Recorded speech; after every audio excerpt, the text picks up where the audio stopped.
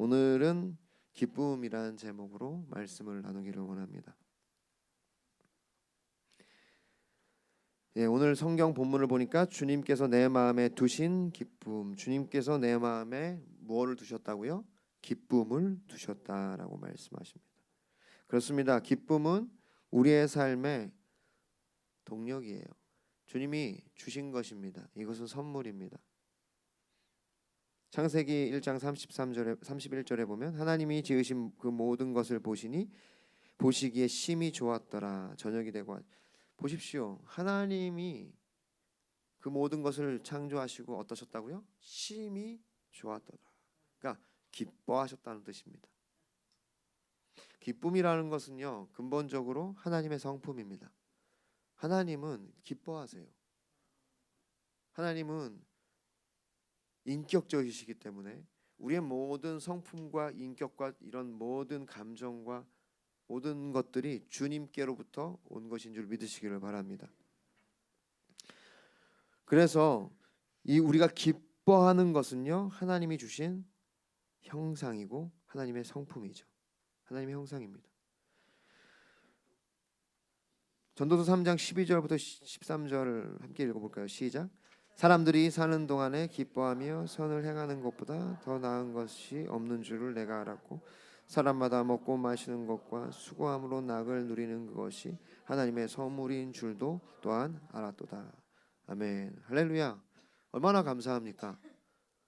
전도자가 결국 깨달은 게 뭐냐면 내가 사는 동안에 기뻐하는 것, 선을 행하는 것이 그것이 제일 좋구나. 사람마다 먹고 마시는 것과 수고함으로 낙을 누리는 그것이 하나님 선물인 줄도 또한 알아도다. 여러분, 먹는 것, 마시는 것, 함께 즐거워하는 것, 여러분 이것이 하나님 뜻인 줄 믿으시기를 바랍니다. 여러분 원래 예배는요, 초대교회 예배는요, 먹는 것이었습니다. 식사 시간이었어요. 그 당시에는 이렇게 예배의 어떤 형식들이 갖춰지지 않았고요. 믿는 자들이 예수 그리스도를 구주로 영접한 자들, 예수 그리스도가 나의 영혼의 구세주라고 영접한 자들이 모여서 일단 식사를 같이 하는 겁니다. 같이 먹고 이제 같이 이야기를 하기 시작하는 거예요. 그 중에서 주님의 성령의 감동하심에 따라 누군가 일어나서 말씀을 나누고 그리고 깨달음을 나누기도 하고. 여러분 어떤 분들은요, 먹는 것, 마시는 것, 이렇게 뭔가 뭐 카페 가서 같이 즐거워하는 거 이런 거 정말 어려워하시는 분들이 있어요. 그 무슨 시간 낭비냐? 그거 다 쓸데없다. 아니에요. 절대 쓸데없지 않습니다. 카페에서 주구장창 있으면 쓸데없죠. 그러나 때로는 카페에 가고 때로는 또 소풍도 가고 하나님이 주신 것들을 누리고 기뻐하는 것, 여러분 이것이 하나님이 원하시는 건 줄 믿으시기를 바랍니다. 하나님은요, 우리가 만족할 때 가장 큰 영광을 받으세요. 믿으십니까? 그래서 하나님이 우리 예배 가운데 주시는 것은요, 만족함입니다. 우리에게 은혜를 주시는 거예요. 그래서 여러분이 기뻐하는 것을 부끄러워하지 마십시오. 어색해하지 마세요. 여러분의 인생을 즐기는 것을, 그렇다고 무조건 마냥 즐기라는 건 아니에요. 마약 이런 거 하면 안 됩니다. 망하는 거예요.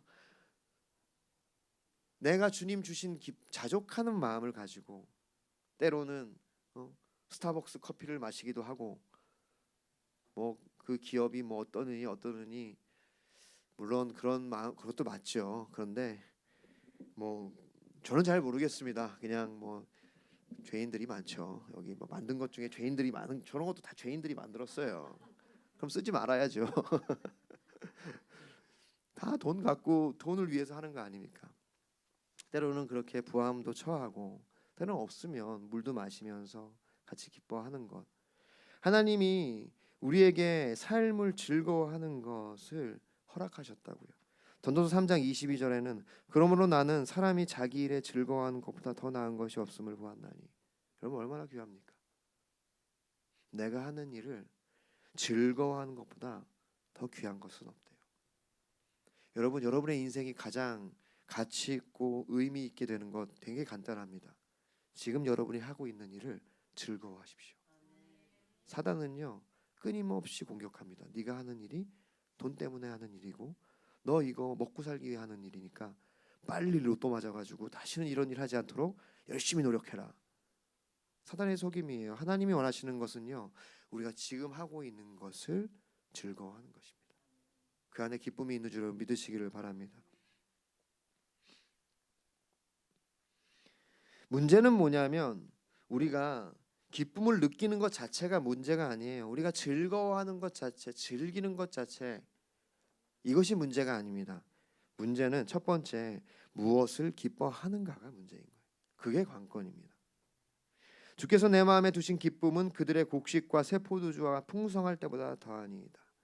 그러니까 지금 적어도 이 시편 기자는요, 새 포도주가 가득한 것, 곡식이 가득한 것, 여러분 이것으로 인한 기쁨보다 주님이 주신 기쁨이 더 크다는 것이죠. 세상 사람들은 통장에 잔고가 가득해야 기쁜 것입니다.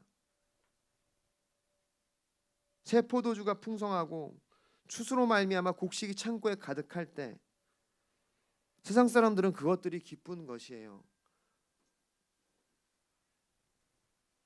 우리들도 그것이 기쁩니다. 우리도 그거 기쁘지 않다는 것이 아니에요. 자, 보십시오. 참 주님의 은혜로 저희 이 뭐라 그럴까요? 이 워십센터를 짓는 과정에서 참 이 통장에 이런 금액이 찍힌 적이 제가 없습니다. 얼마나 뿌듯한지 막 풍성해요. 그냥 그 통장을 볼 때마다. 근데 지금 점점 다 나가가지고 지금 이제 많이 줄어들었습니다. 여러분, 우리도 통장에 잔고가 찍히면 사업이 잘 되면 기쁜 것이에요. 주님 그거 허락하셨잖아요. 내가 내 일로 말미암아 기뻐하는 것이, 즐거워하는 것이, 그것이 가장 큰 축복이다. 문제는 뭐냐면 그게 줄어들면 기쁨도 줄어드는 게 문제인 겁니다. 왜냐하면 우리가 거기에 가치를 뒀기 때문에. 근데 어때요? 주께서 두신 내 마음에 두신 기쁨은 그 통장의 잔고, 창고에 곡식 가득한 것과 상관없이 더 기뻐야 한다는 것이죠. 잠언서 1장 29절, 대저 너희가 지식을 미워하며 여호와 경외하기를 즐거워하지 아니하며. 우리가 하나님을 경외하는 것을 즐거워하지 않고 세상 사람들과 같이 우리의 사업이 잘 되는 것, 내가 뭔가를 이뤄내는 것에 우리가 마음을 빼앗겨서 그것들을 기뻐하기 시작하는 것, 거기서부터 문제가 발생하는 것입니다. 잠언서 18장 2절에 미련한 자는 명철을 기뻐하지 아니하고 자기의 의사 드러내기만을 기뻐하느니라. 자기에게 집중되어 있는 거죠. 그러니까 무엇을 기뻐하는가? 결국 나를 기뻐하는 겁니다. 내가 잘 되는 것, 내가 원하는 것을 얻는 것, 내가 생각하는 것을 이루는 것이 기쁨의 어떤 동기가 되는 거예요. 누군가 나를 무시하거나 내가 뭔가 상처를 받으면 견딜 수 없는 것이죠. 때로는 내가 원하는 대로 일이 진행되지 않을 때 괴로운 것입니다. 찬양 인도를 막 하는데 제가 원하는 대로 피아노가 때로는 치기도 하지만 때로는 안 치기도 해요. 제 안에 흔들리는 거죠.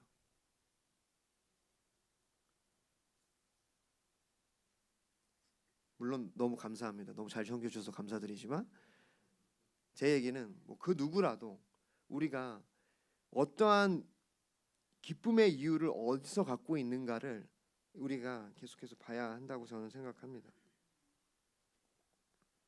잠언서 1장 22절, 너희 어리석은 자들은 어리석음을 좋아하며 거만한 자들은 거만을 기뻐하며 미련한 자들은 지식을 미워하니 어느 때까지 하겠느냐. 나의 책망을 듣고 돌이키라. 보라, 내가 나의 영을 너희에게 부어주며 내 말을 너희에게 보이리라. 어리석음을 좋아하며 거만한 자들은 거만을 기뻐하며 미련한 자들은 지식을 미워하니 어느 때까지 하겠느냐. 여러분, 우리가 우리 자신을 좀 돌아볼 필요가 있습니다. 나의 기쁨의 이유가 무엇인가? 정말 하나님인가? 아니면 내가 세상의 것들로 말미암아 즐거워하고 있지는 않은가? 내가 주님을 섬긴다고 하고 주님을 기뻐한다고 하는데 내가 혹시 다른 것들을 더 의미를 부여하고 있지는 않은가?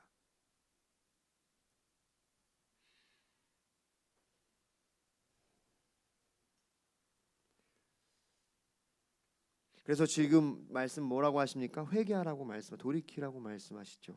돌이켜야 합니다. 우리가 만약에 하나님 외에 하나님이 두신 기쁨으로 말미암아 만족하지 않고 다른 것들을 더 우리의 기쁨의 동기로 삼았다면 회개해야 하는 것이에요. 어떤 분들에게는 그것이 사업이 될 수 있고요. 어떤 사람에게는 자녀가 될 수 있습니다. 어떤 분에게는 어떤 관계 안에서 인정받는 것이 될 수도 있고요. 어떤 분에게는 그냥 돈 버는 것 자체가 그 기쁨의 근원이 될 수 있다는 것입니다.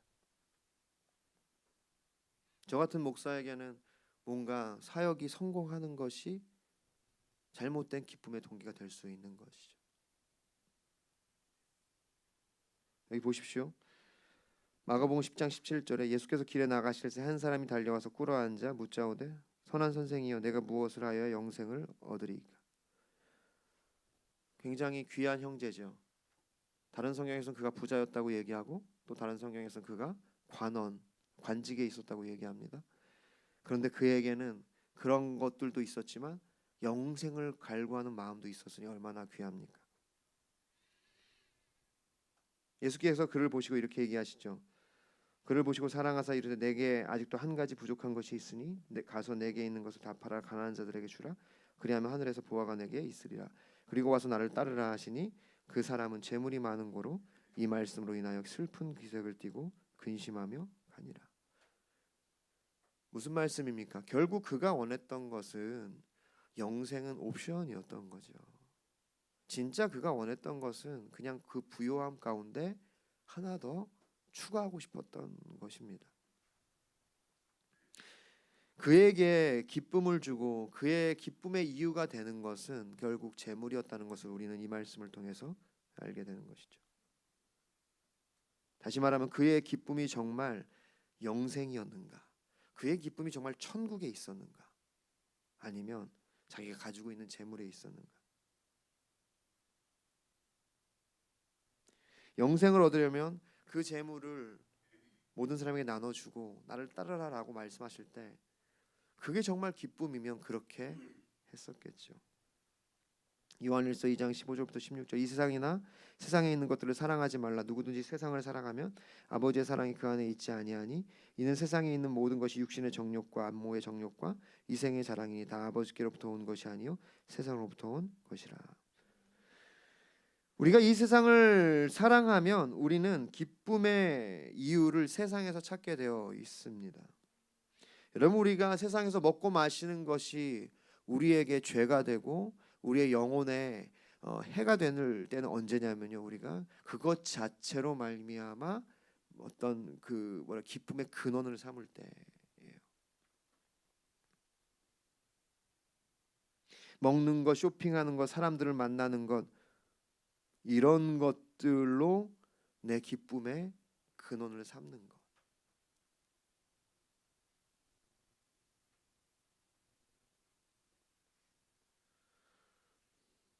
아까도 말씀드렸지만 그런 것을 하지 말라는 것이 아닙니다. 문제는 뭐냐면 내 진짜 기쁨의 근원이 뭔가예요. 문제는 뭐냐면 우리가 그것을 헷갈려 한다는 것입니다.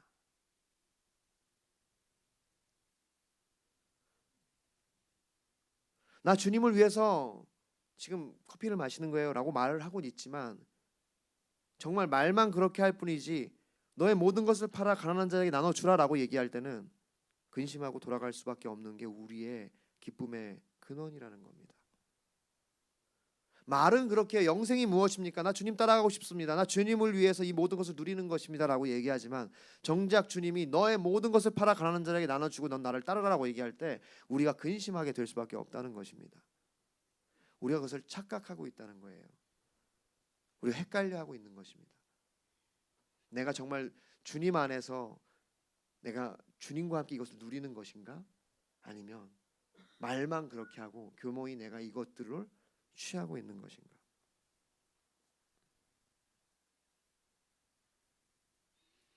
그래서 우리는 오늘 본문의 말씀으로 돌아가서 우리가 점검해 봐야 돼요. 내 마음에 두신 기쁨이 더 큰가?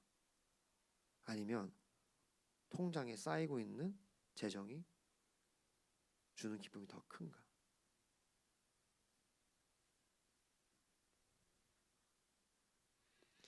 저는 정갑신 목사님의 그 간증 중에서 전 그 간증이 참 아직도 인상이 깊어요.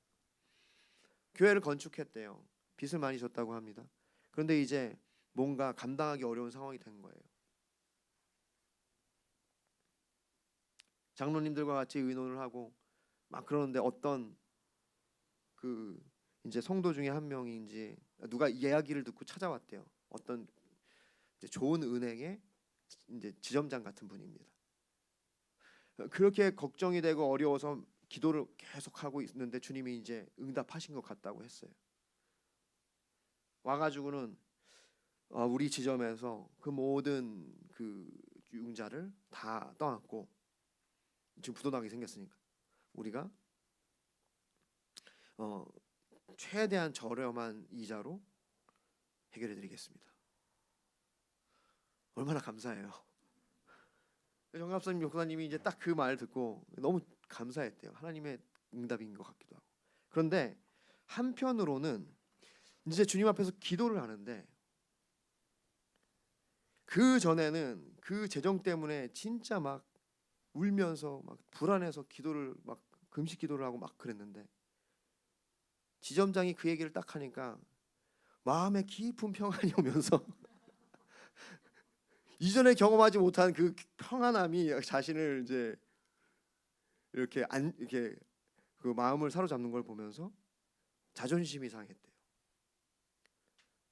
아니 하나님의 말씀에 하나님에게 부르짖는 거에는 내가 그 평안이 없고 지점장 말 한마디에 내가 이런 평안을 누리는 너무 자존심이 상했대요. 목사로서 참 멋진 것 같아요.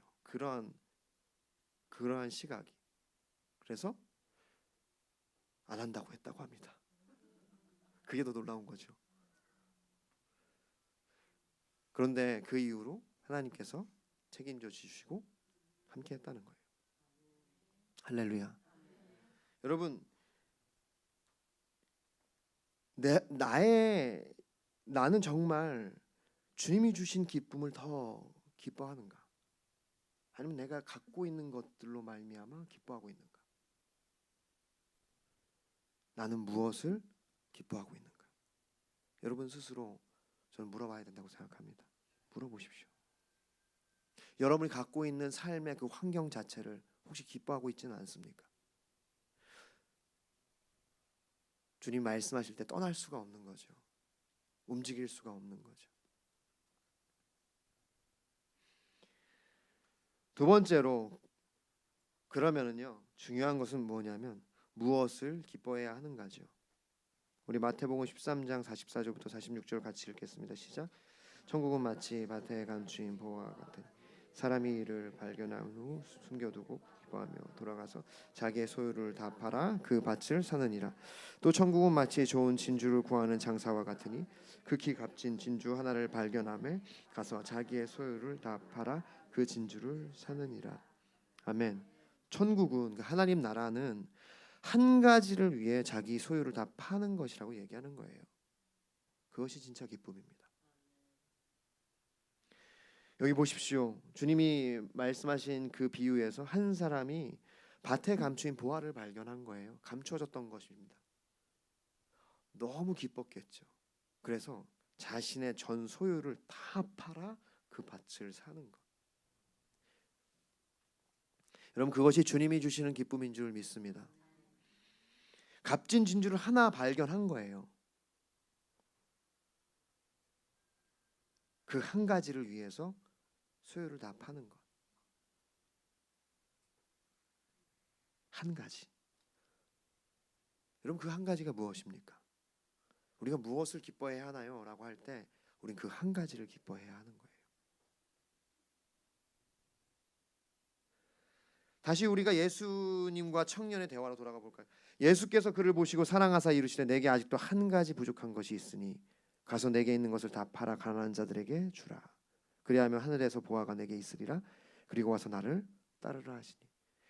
천국을 약속하시는 겁니다. 영생을 약속하시는 거예요. 근데 뭐예요? 한 가지, 너가 그 영생을 위하여 너의 모든 것을 팔아 가난한 자들에게 주고 전 재산을 팔아 나눠주고 나를 따르라. 근데 이 청년은 재물이 많은 고로 이 말씀으로 인하여 슬픈 기색을 띠고 근심하며 가니라. 천국이 뭔지 모르는 것이죠. 천국은 값진 진주 하나를 발견하고 그 한 가지를 위해서 전 재산을 팔아 그것을 소유하는 것입니다. 주님이 우리의 마음 가운데 두신 기쁨은 바로 그 한 가지의 기쁨입니다. 우리는 그 한 가지를 구해야 합니다. 내 전부를 드릴 수 있는 그 한 가지. 우리의 문제는 부수적인 것에 마음이 빼앗겼다는 것의 문제예요. 그래서 로또 당첨되기를 원하는 겁니다. 주님이 원하시는 것은 로또 당첨돼서 우리의 마음이 평안하게 살아가는 것을 원하는 것이 아니라 여전히 불안하고 여전히 빚 때문에 힘들어하고 여전히 어떠한 여건 때문에 어려워하고 관계가 어렵고 누군가 날 공격하고 욕하고 불편하고 모든 이 상황 가운데 내가 주님으로 인해 기뻐하는 그 한 가지를 택하기를 원하시는 것입니다. 로또 있으면 내가 기뻐할 거야 같더라고요. 가짜 기쁨이라는 거예요. 저는 그 정가심 목사님이 얼마나 탁월한 리더인지 모른다고 생각해요. 정말 감사해요. 나에게 주시는 그 기쁨이, 내 평안이 지금 지점장으로부터 오니까 창피하다는 거 아닙니까? 내가 그 한 가지를 위해 내 전 재산을 드린 사람인데 지금 다른 거에 마음을 빼앗겼다는 거잖아요.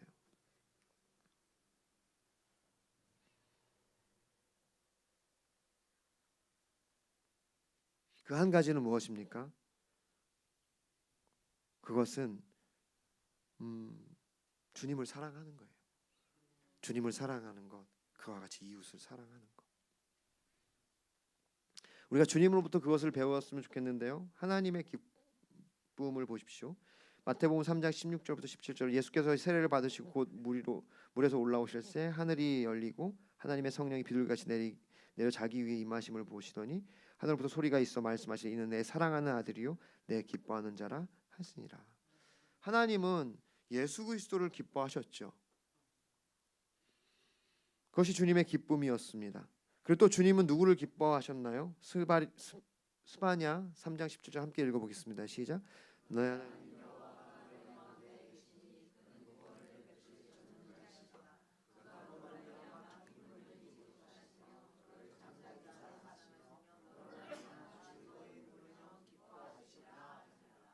아멘. 그렇습니다. 하나님은요 우리로 말미암아 기쁨을 이기지 못한다. 이게 너무 기쁜 거예요. 몸둘 바를 모를 정도로 우리를 기뻐하신다라고 얘기하는 겁니다. 여러분, 그런데 우리가 다른 것을 더 기뻐한다면 하나님이 얼마나 마음 아프시겠습니까? 우리 또한 주님을 기뻐하는 것이 우리의 삶의 그 한 가지가 되어야 될 줄 믿습니다. 그럴 때 우리는요 진짜 주님을 섬기는 삶을 살 수 있고 우리가 헌신하는 삶을 살 수 있습니다. 이제 고난 주간이 시작되는데요. 우리가 주님의 고난을 묵상할 때 주님의 고난만을 묵상하지 마십시오. 주님이 가지고 계셨던 기쁨 또한 묵상해야 합니다. 주님의 기쁨은요 우리가 회복되는 것이에요. 히브리서 12장 2절 같이 읽겠습니다. 시작. 믿음의 주여 또한 온전케 하시는 예수를 바라보자. 그는 그 앞에 있는 기쁨을 위하여 십자가를 참으사 부끄러움을 개의치 아니하시더니 하나님 보좌 우편에 앉으셨느니라.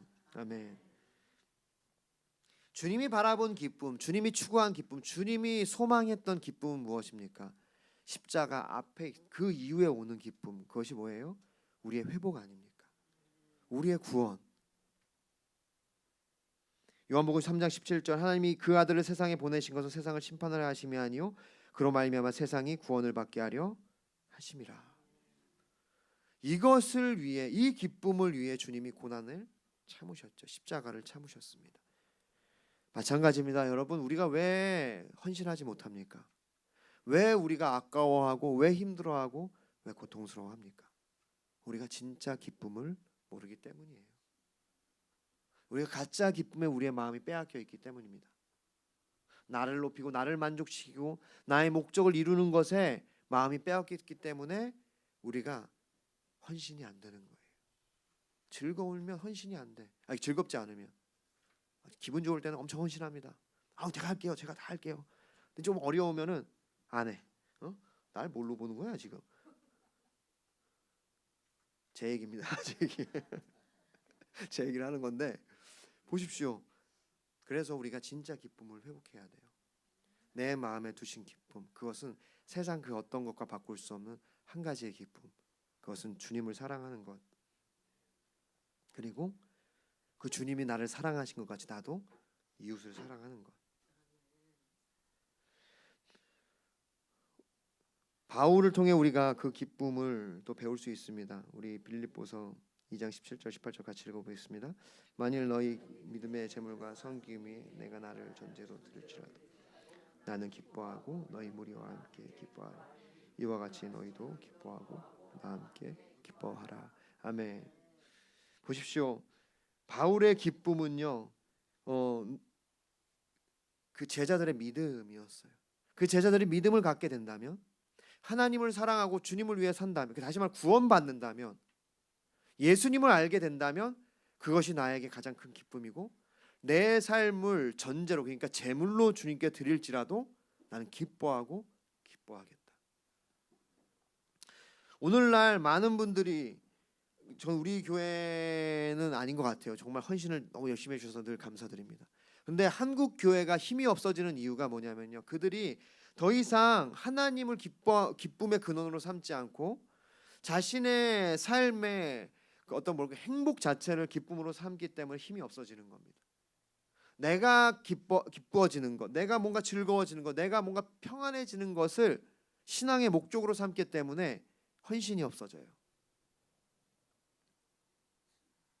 우리 마무리 교회 성도님들 너무 감사한 것은 다들 주님을 사랑하는 마음으로 헌신하고 있어서 너무 감사합니다. 그런데 여전히 우리가 돌아봐야 할 것은 뭐냐면, 우리가 다른 사람이 주님을 믿고 주님을 예배하고 구원을 받고 복음이 전해지는 것을 정말 우리의 기쁨의 근원으로 삼을 때 우리가 헌신할 수 있다는 것입니다.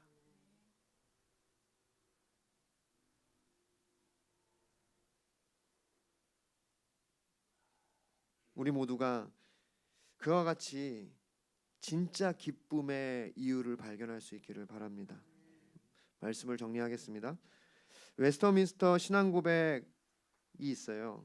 1600년대 믿음의 선배들이 정말 고민해서 기독교의 신앙을 107가지의 문답으로, 그러니까 질문하고 답하는 형식으로 기독교 교리를 집대성한 것입니다. 우리가 소속된 이 장로교는요, 이 웨스트민스터 그 교리 문답을 우리 신앙 고백으로 취하고 있습니다. 여러분, 그 소요리 문답의 제1문 첫 번째 질문이 뭔지 아십니까? 첫 번째라는 것은 어쩌면 가장 중요한 것이죠. 이것입니다. 사람의 제일 되는 목적이 무엇입니까? 그 답이 뭔지 아십니까?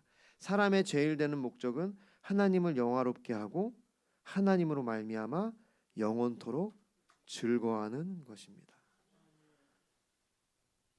여러분, 우리의 제일 되는 목적은요, 하나님께 영광을 돌리는 것인데요, 하나님이 언제 가장 큰 영광을 받으시냐면 우리가 하나님으로 말미암아 즐거워할 때 제일 큰 영광을 받으십니다. 사랑하는 성도 여러분, 여러분은 무엇을 기뻐하십니까?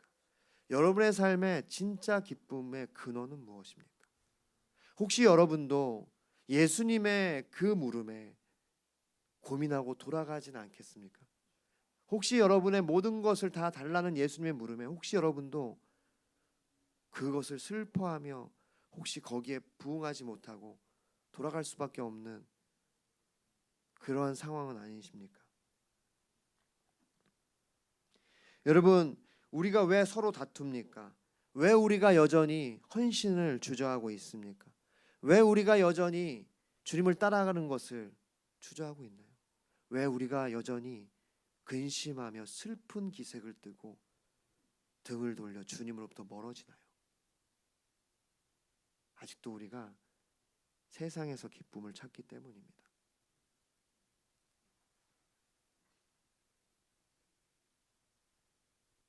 우리 시편 27편 4절 말씀 같이 읽겠습니다. 시작. 내가 여호와께 제가 읽어드릴게요. 내가 여호와께 바라는 한 가지 일 그것을 구하리니 곧 내가 내 평생에 여호와의 집에 살면서 여호와의 아름다움을 바라보며 그의 성전에서 사모하는 그것이라. 아멘. 여러분, 우리도 이 시편 기자의 고백처럼 우리 평생에 한 가지만 바랬으면 좋겠습니다. 하나님을 섬기는 것, 하나님을 사랑하는 것, 하나님을 사랑하며 이웃을 사랑하는 것. 거기에 그 어떤 것도 두지 마십시오. 자녀, 재정, 삶의 목표, 남편, 여러분의 사업, 그 어떤 것도 거기에 올려두지 않으시기를 바랍니다. 심지어 여러분의 행복조차도. 그럴 때 오히려 여러분 진짜 기쁨을 알게 될 것이에요. 세상의 곡식과 포도주가 풍성할 때보다 더한 기쁨. 요한복음 15장 11절 내가 이것을 너희에게 이름은 내 기쁨이 너희 안에 있어 너희 기쁨을 충만하게 하려 함이라. 주님은 우리가 진짜 기쁨을 발견하기를 원하십니다. 우리가 그 진짜 기쁨으로 충만하는 삶, 진정으로 헌신하는 삶, 힘이 있는 삶, 능력 있는 삶 살게 되기를 축복합니다. 시간 함께 말씀을 생각하면서 이 찬양 함께 부르고 기도하기를 원합니다. 우리가 다 아는 찬양이죠. 화려하지 않아도 정결하게 하는 삶.